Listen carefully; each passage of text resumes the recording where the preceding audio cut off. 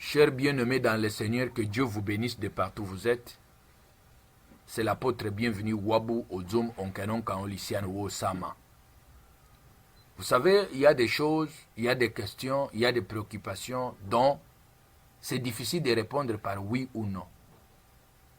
Mais on peut répondre par une explication, par un séminaire, pour faire croire ou pour faire voir à celui qui va vous écouter à comprendre c'est quoi le contexte quand vous allez répondre à la question. Ça lui aiderait plus que de dire oui ou non. C'est ça le problème que nous avons à ce qui concerne la Noël. Que Dieu vous bénisse de partout où vous êtes. Nous allons échanger avec vous sur ce petit thème qui n'est pas en réalité un petit thème, mais c'est un grand thème parce que ça bouge nos cerveaux, ça bouge beaucoup des enfants de Dieu qui ne savent pas des fois comment répondre à cette question. Notre thème est intitulé « Pourquoi les chrétiens ne doivent-ils pas fêter la Noël ?» Pourquoi les saniéristes ne doivent-ils pas fêter la Noël? Cette question est une question probablement provocatrice, parce que vous suivez seulement son intention. Pourquoi? Parce que nous vivons dans un monde où les choses ont changé. Le mois de décembre, c'est maintenant un mois qui bouge, qui déstabilise nos familles, parce qu'il y a deux grandes fêtes, la fête de la Noël et la fête du Nouvel An. Ces deux fêtes, tout le monde les fête. Alors, il y a des gens qui disent déjà que la Noël n'est pas biblique, mais qui est faite la fête de la fin de l'année, qui n'est pas aussi biblique. Plus loin, tout le monde s'organise les jours de la Noël. Qu'il soit chrétien ou pas, c'est déjà une fête qui a attaqué tout le monde. Une fête qui a d'une manière ou d'une autre, tout le monde la fête. Même les musulmans, même les bouddhistes. Tout le monde, même si chez lui, il ne la considère pas, mais il a des amis, il a des frères qui l'invitent ces jours-là. Et lui-même sent que la fête est déjà, la fête existe.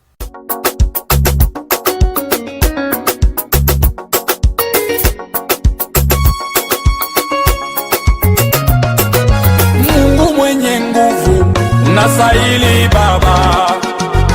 Mungu mwenye nguvu, unastahili Baba. Baba wa mbinguni, unastahili Baba. Mkombozi wangu, unastahili Baba.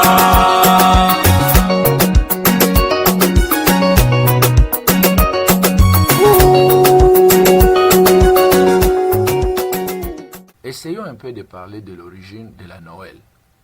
Les origines du mot Noël, c'est divers et il y a beaucoup de controverses.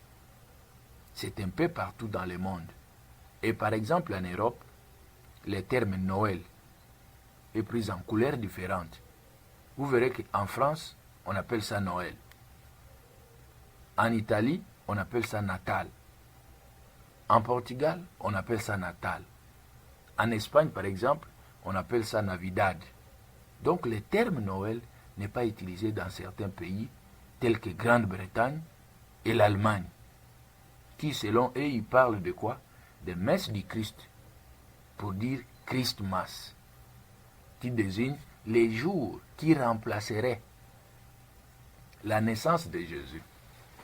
Je crois que vous comprenez comment est-ce que la naissance de Jésus est prise en couleur, chacun les célèbre de sa manière. Et ce que nous soulignons est que vous devez savoir que cette date n'est pas écrite dans la Bible. Mais la naissance est biblique. Et les jours où Jésus-Christ est né n'étaient pas connus. Nous n'avons pas de référence, mais ces jours-là existaient et a existé. Selon certains historiens, la Noël puiserait ses origines d'une fête païenne célébrée le 25 décembre, lors des solstices en hiver. Cette fête était à l'honneur de la nature et du soleil. On prenait le soleil comme un dieu. Certains étymologistes affirment que les mots pourraient venir du latin natalalis dies, qui signifie jour de naissance. D'autres prétendent que les origines de Noël sont gauloises. Le terme Noël aurait pour étymologie des mots gaulois. Noio, qui signifie nouveau, et El, qui signifie soleil. Vous voyez que ça tourne tout autour de Dieu soleil. Au Moyen-Âge, Noël était le cri de joie poussé par les peuples à l'arrivée d'un heureux événement. Vous comprenez que tout le monde donne son explication par rapport à l'origine de la Noël. Quelques siècles plus tard, au IIe siècle, avec la christianisation de l'Empire romain, l'Église catholique a décidé de célébrer la naissance du Christ et elle était en train de chercher une date par la même occasion qui pourrait faire l'ombre à cette fête des païens qui existait le 25 décembre. Ils ont trouvé que cette fête du 25 décembre, c'était une fête que les païens célébraient leur Dieu soleil. Ils faisaient beaucoup de bruit et c'était comme une date fériée. Et quand ils allaient là-bas, c'était déjà une célébration de ce Dieu soleil. Maintenant, les chrétiens restaient à la maison. C'est pourquoi l'Église a décidé que nous devons fêter la fête de naissance de Jésus-Christ. Comment le faire? Mais si nous voulons le faire, nous devons le faire pour anéantir cette date du 25 décembre que les païens vont pour faire quoi? Pour adorer leur Dieu soleil. Même aujourd'hui, par exemple en Occident, il y a des fêtes où on fête pour le diable. Les fêtes des satanistes, par exemple. Ce sont des fêtes qui existent en Occident, aux États-Unis, au Canada. Maintenant, les chrétiens ont trouvé que ils étaient en train de chercher les jours où ils devraient aussi commémorer la naissance de Jésus. Et ils ont pensé qu'il fallait mettre ce jour-là pour contredire ceux-là qui adorent le Dieu soleil. Et ils ont trouvé que c'était important. Ce n'était pas en un jour comme ça. Ça a pris beaucoup de temps. C'est comme aujourd'hui, par exemple, la fête de Saint-Valentin, que nous ne comprenons pas bien. Dans d'autres pays, c'est férié. Et si vous allez, vous adorez qui? C'était la même chose avec le Dieu soleil. Parce que c'est le jour où vous devriez travailler et vous ne travaillez pas. Maintenant, les chrétiens ont trouvé qu'il fallait anéantir cette date-là. Comme ceux-ci vont aller adorer les Satan, nous aussi, nous serons là pour adorer la naissance de notre Seigneur. Et on verra au fil des temps, le vrai Seigneur restera le vrai Seigneur et sa fête dominera. Vous comprenez le contexte à laquelle la fête a commencé à être célébrée. Oui. Et aujourd'hui, la fête de Dieu Soleil existe-t-elle? Si ça existe, est-ce que ça a la même ampleur que la fête de Noël que nous célébrons pour Jésus-Christ? Vous voyez? Donc c'était une récupération des chrétiens qui ont trouvé que c'était une fête qui faisait beaucoup de bruit alors que c'était une fête païenne. Et ont récupéré ça.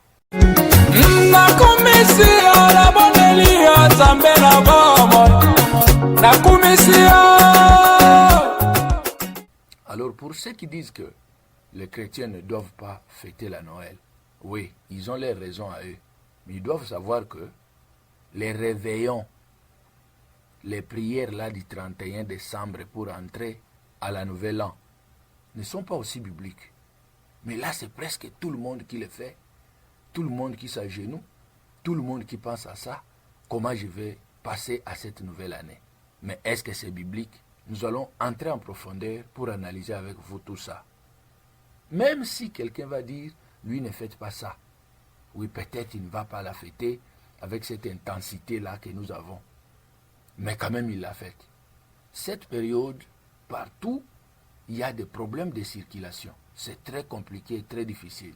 Les magasins sont pleins, les alimentations, il n'y a pas moyen, les routes, il y a les embouteillages, et ça a pris place. Tout le monde ne pense pas que le janvier existe et qu'il va vivre.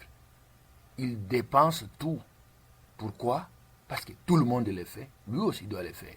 Et ceux qui disent c'est biblique, et ceux qui disent ce n'est pas biblique, s'il échappe un peu à la Noël, mais la fête de fin de l'année, il n'échappe pas. Voilà maintenant ma question. les chrétiens doivent-ils fêter la Noël ou pas? Et le contraire de cette question est que, mais pourquoi les chrétiens doivent-ils fêter la Noël? La Noël paraît une fête des chrétiens qui a trop de problèmes. Les contestataires justifient leur position par rapport à l'origine de cette fête. Ils qualifient c'était une fête des païens et la date qui n'est pas bonne selon eux. Et aussi, même certaines églises dites évangéliques refusent de célébrer la Noël, brandissent l'argument que la Noël n'est pas écrite dans la Bible, c'est écrit nulle part. Mais ces raisons sont-ils suffisantes pour dénier la Noël de tous les sens? Beaucoup de gens se posent la question. Puis-je célébrer la naissance du Seigneur Jésus-Christ à travers cette occasion que m'offre la Noël? Parce que c'est une occasion. Pourquoi c'est une occasion? Parce que le jour où Jésus-Christ est né, c'est pas biblique, c'était pas connu. Même dans nos familles, à l'époque, nos pères ne connaissaient pas les dates exactes qu'ils ont été mis au monde. Ils ne connaissaient rien. Voilà maintenant, quand les colonisateurs sont venus, ils prenaient la main droite d'un enfant, ils mettent dans la tête. Si la main arrivait à cette oreille du côté gauche, là, on estime qu'il peut avoir 6 ans. Ça, c'est très important. Bien-aimés, nous vous disons ceci. Même si la Bible ne fait pas mention de la Noël, beaucoup d'entre les chrétiens se posent la question, puis-je célébrer la naissance de Jésus à travers cette occasion? Et la grande chose là-bas est célébrer la naissance. Je vais encore te donner l'exemple. Si tu as un frère ou tu as quelqu'un de la famille qui était mort, par exemple, et si aujourd'hui toute chose est devenue rapidement, c'est parce que tout est connecté sur Internet. À l'époque, tu peux avoir un frère, une sœur qui a voyagé et qui est mort. Vous n'avez pas l'information. Peut-être 1 année ou 2 ans après, celui à qui ils ont fait voyage ensemble, ou il était parmi les voyageurs, peut venir dans la famille pour vous dire que votre frère ou votre sœur, elle était morte dans le voyage, on avait fait l'accident, et elle était enterrée dans une forêt comme ça. C'est ces jours-là que vous allez commémorer sa mort. Parce que les jours où il était ou elle était morte, l'information n'était pas à vos oreilles. Vous n'aviez pas l'information. Ce jour-là va remplacer la réalité réelle du jour où il est parti. Parce que vous n'aviez pas l'information. Voilà pourquoi cette question est très pertinente.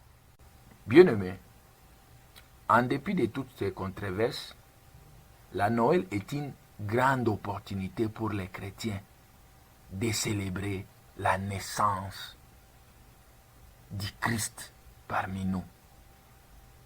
La naissance d'Emmanuel, que nous appelons Dieu parmi nous.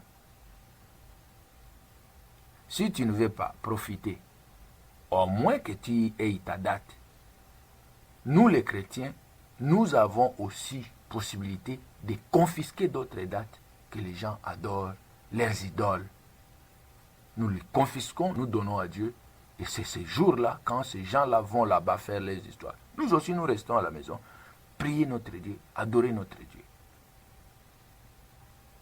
Notez très bien que Jésus-Christ n'est pas né le 25 décembre. Si on te posait cette question, vrai ou faux, dites faux. Jésus-Christ n'est pas né le 25 décembre. Tout le monde sait que Jésus-Christ n'est pas né le 25 décembre.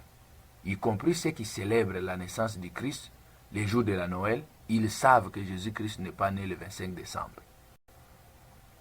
Il s'agit d'une date conventionnelle pour commémorer la naissance de Jésus. C'était une convention. Maintenant, je le dis d'une manière claire. C'était une convention dans le contexte où cette date du 25 décembre, c'était les païens qui célébraient leur Dieu soleil. Maintenant, les chrétiens se sont convenus pour dire nous devons anéantir cette date pour fêter la naissance de Jésus au lieu de rester à la maison. Parce que si on reste à la maison et qu'on ne fait rien, c'est comme si on adorait ce Dieu-là soleil. Le mot Noël n'est pas dans la Bible. Et la date du 25 décembre ne correspond pas à la naissance de Jésus. Ça, il faut le noter. Il est vrai que le mot Noël n'est pas écrit dans la Bible. Ce mot vient du latin natalalis dies. Et ça signifie les jours de la naissance. Vous comprenez? En latin. C'est ce que signifie Noël. Alors toutefois, nous voulons seulement faire observer aux anti-Noël que si les mots Noël et le 25 décembre ne sont pas dans la Bible, n'oubliez pas aussi que le 31 décembre non plus n'est pas dans la Bible que vous fêtez. Vous êtes dans une église, pour vous, la Noël ne peut pas être fêtée. Oui, mais vous fêtez le 31 décembre. Vous priez, vous faites des fêtes de réveillon, d'éveiller le 31 décembre pour entrer le 1er janvier. Est-ce que c'est biblique? Ce n'est pas aussi biblique. Jésus-Christ et le premier disciple ne célébraient pas le début d'une nouvelle année. On n'organisait pas les veillées d'action de grâce pour glorifier Dieu pour une nouvelle année. Ils ne le faisaient pas. Mais toi, tu le fais, croyant que c'est biblique alors que ce n'est pas biblique, comme la Noël.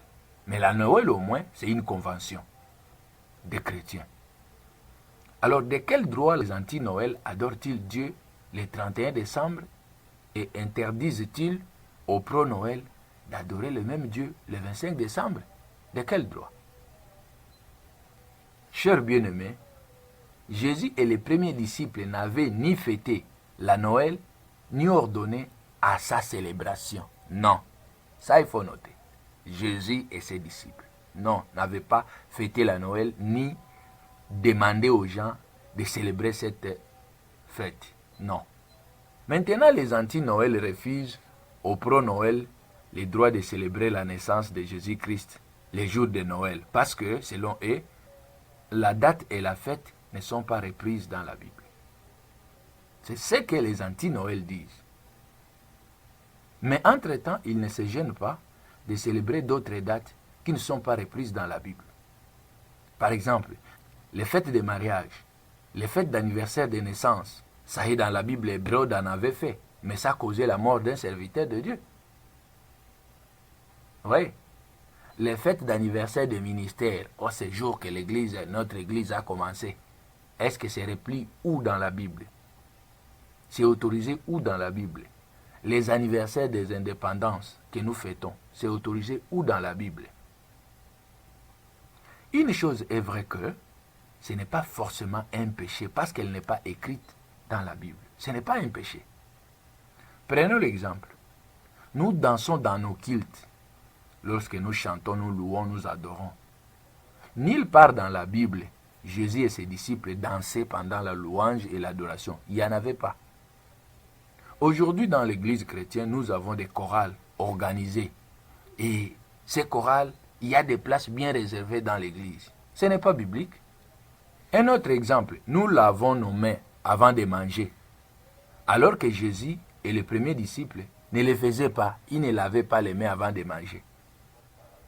C'est écrit où dans la Bible qu'il faut utiliser les micros, la sonorisation? Ce n'est pas écrit. Nous faisons nos voyages pour aller ailleurs faire l'évangélisation. Nous prenons les avions, les bateaux. Alors que Jésus, quand il était là, il déplaçait à pied. Aujourd'hui, nous utilisons l'Internet. Dans quel verset de la Bible on nous autorise d'utiliser l'Internet? Un pasteur prêche tout en étant connecté sur Internet. Est-ce que y a-t-il des versets qui nous demandent ou qui nous aident à les faire? Nous prions pour les gens au téléphone, vous le savez. Et les gens sont délivrés. Cette technologie, est-ce qu'à l'époque de Jésus, ça existait? Ça n'existait pas. Nous faisons tout ça sans chercher à prouver dans la Bible la date de Noël. Non. Parce que la date du 25 décembre n'est pas dans la Bible. Ça, il faut le noter. Mais nous analysons avec les gens qui sont contre la Noël. Le fait que le mot Noël ne soit pas dans la Bible, cela n'enlève pas la fête de Noël dans son fondement biblique. La date n'est pas dans la Bible, mais cette fête, son fondement est biblique. Comprenez que l'ange avait annoncé que la bonne nouvelle de la naissance de Jésus sera pour tout le peuple le sujet d'une grande joie. Ça, c'est biblique. Luc chapitre 2, versets 10 à 11. Et quand vous regardez ces versets, de Luc chapitre 2, verset 10 à 11, vous verrez que l'ange annonçait déjà au futur que tous les peuples célébreront cet événement de la naissance de Jésus. C'est-à-dire les croyants et les non-croyants, et aussi, au jour du jugement, personne ne pourra dire qu'il ne savait pas que le Messie était déjà venu. Pourquoi? Parce que c'est célébré dans le monde entier. Et ce sont les cris que chaque personne fait. Chaque année, cette prophétie s'accomplisse irrévocablement sous nos yeux. Et sans contrainte, en public ou en privé, les gens célèbrent la première venue de Jésus-Christ avec une grande joie, tel que ça a été annoncé par l'ange. C'est ce que nous appelons la Noël.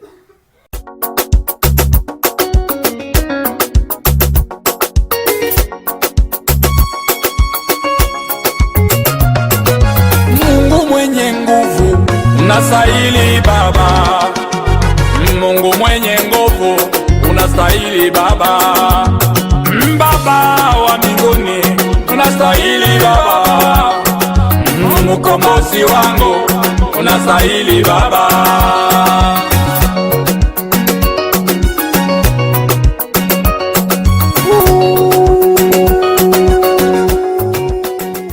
Mais beaucoup sont en train d'être concentrés pour dire cette date. Nous en avons déjà bien expliqué que cette date n'est pas dans la Bible, mais les enfants de Dieu ont trouvé qu'ils devraient fêter cette fête. Et ils ont proposé cette date pour anéantir les œuvres de l'ennemi. D'abord, vous devez noter que quand les gens se mettent ensemble pour décider une décision au nom de Dieu, Dieu est parmi eux. Il ne faut pas donner vos oreilles à n'importe qui, mais il faut du moins avoir les arguments. Les noms de tous les mois, ce sont les noms des démons. Les noms de tous les jours, ce sont les noms des démons. Ça vient des païens, mais nous les acceptons. Nos dates de naissance, ce sont les noms des démons.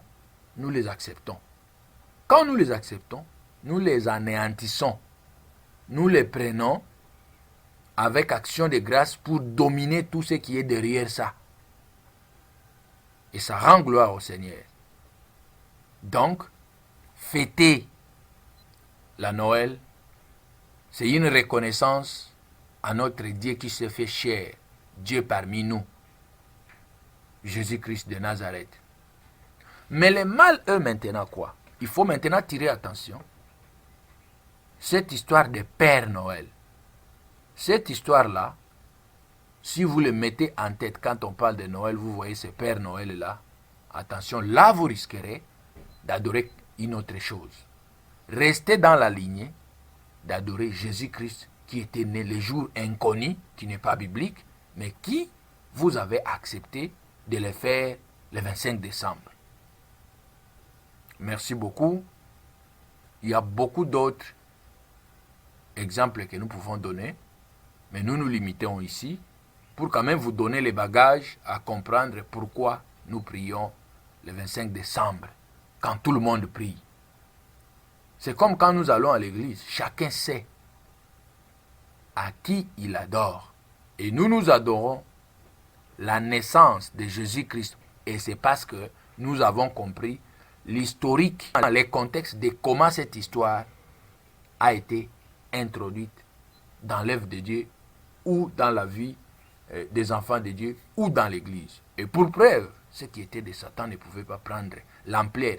Au contraire, surtout dans les pays anglophones, c'est tout le monde. La fête des Nouvel An dans les pays anglophones, il n'y a pas vraiment d'ampleur comme la fête de naissance de Jésus que nous appelons Noël. Donc n'allez pas adorer ce père-là Noël avec sa tenue-là, et puis mettez à la maison comme si vous adorez, vous l'honorez. Non, Jésus-Christ, sa fête n'est pas Père Noël, c'est la fête de naissance. Il faut faire attention avec ça. Parce que l'ennemi a toujours cherché de s'infiltrer dans tout ce que les enfants de Dieu font. Dans la spiritualité, les jours où tout le monde est à la maison, ça a aussi une explication spirituelle très profonde, qui pour nous, sur le plan spirituel ou spiritualité, nous avons toujours profité à ça. Un jour, on va parler de beaucoup d'autres choses. Que Dieu vous bénisse. C'était l'apôtre bienvenu Wabu Odzum Onkanon Kaon Lisiano Osama. Sunzambe na bomoy kumama libela koloye sunzambe na bomoy kumama libela trahison ezali na tina te.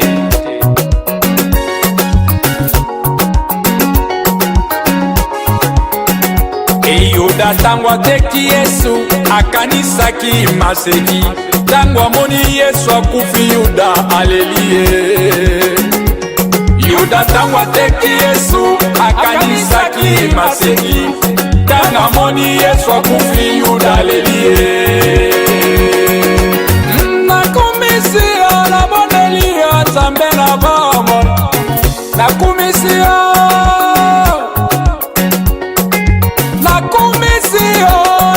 Kabelio Nzambe na bomo, papa na nguya papa na mawa.